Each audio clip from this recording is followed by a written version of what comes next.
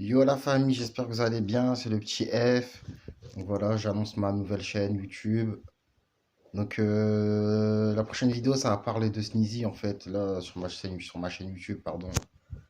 Je vais parler un peu de tout ce qui est, tout ce qui tourne autour du monde du hip-hop, ouais, plus précisément du hip-hop. Je pourrais peut-être un peu parler un peu d'électro, etc. Mais ouais, c'est plus le monde du hip-hop et le rap, comment il est. Surtout les rappeurs SoundCloud. Donc les rappeurs un peu à partir de. Sans dire de bêtises, ouais, à partir de 2015, quoi. Je vais parler un peu de ce genre de rappeurs-là, comment, voilà, comment certains qui n'ont pas. Enfin, qui n'étaient pas vraiment connus, comment ils ont su. Influencer d'une façon ou d'une autre, ouvrir un créneau, une tendance, même vestimentaire. Donc voilà, là, bon, sur les prochaines vidéos, je vais parler d'un 995. Bon, un 995, c'est connu, hein, comment ils ont vraiment changé le game. C'est des game changers, si on dit ça en anglais. Et puis, il y a Zola, voilà. Zola,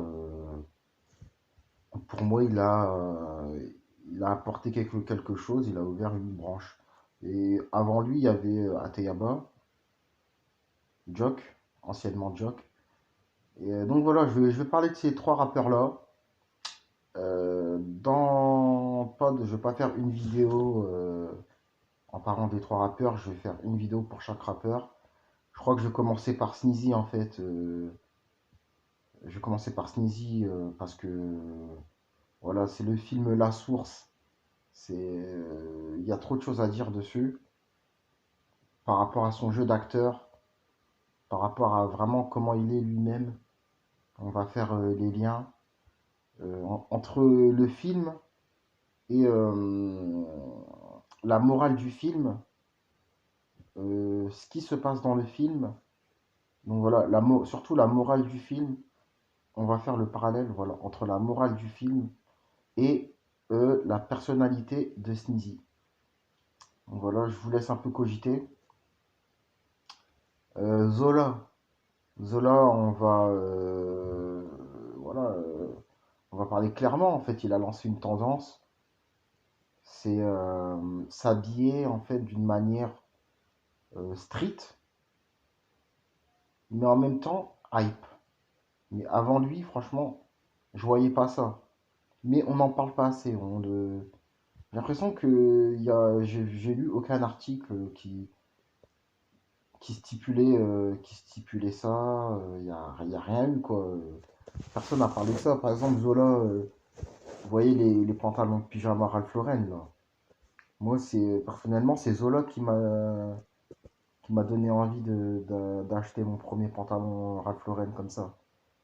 Et avant lui, j'ai vu personne faire ça. Et une fois qu'il l'a fait, une fois qu'il est venu avec ça, voilà les gens qui ont suivi, mais on n'en parle pas. Donc voilà, c'est un peu ce genre de truc en fait que je vais essayer de parler avec vous.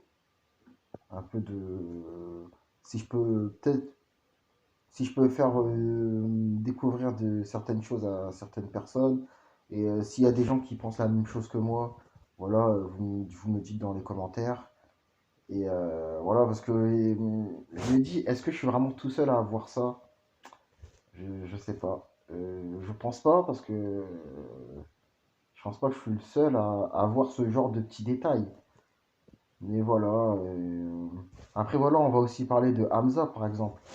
Hamza, je trouve que bah, Hamza, lui, par contre, il est unique. Bon, après, lui, c'est pas, lui, ça sera pas sur le thème, pardon, sur le thème, ça sera pas sur le thème Game Changer, parce que lui, déjà, lui, il est vraiment unique et personne n'arrive à vrai dire, même à reproduire ce qu'il fait. Personne n'y arrive. Bon, il y a Aiko quand même, Aiko qui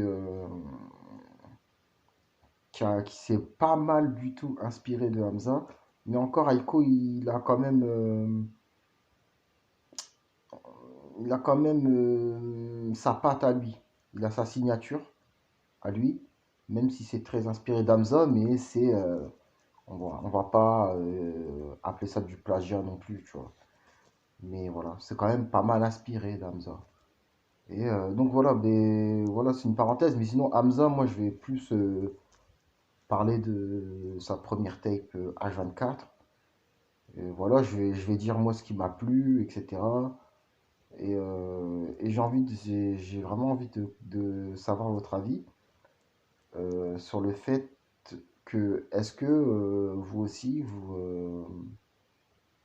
vous avez kiffé de ouf H24 parce que voilà, il a changé le game, mais en même temps, il n'a pas vraiment changé parce que il n'y en a pas beaucoup qui arrivent à reproduire entre guillemets ou s'inspirer de ce qu'il fait parce il reste quand même unique.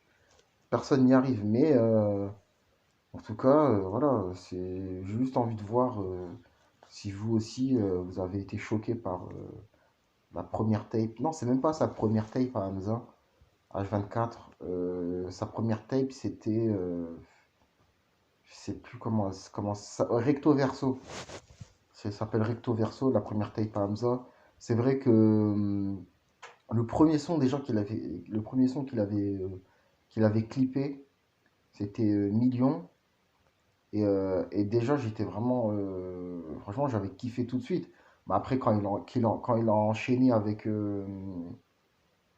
Quand il a enchaîné avec H24, là, vraiment, j'étais trop choqué. J'étais vraiment bouche bée. J'étais abasourdi, franchement.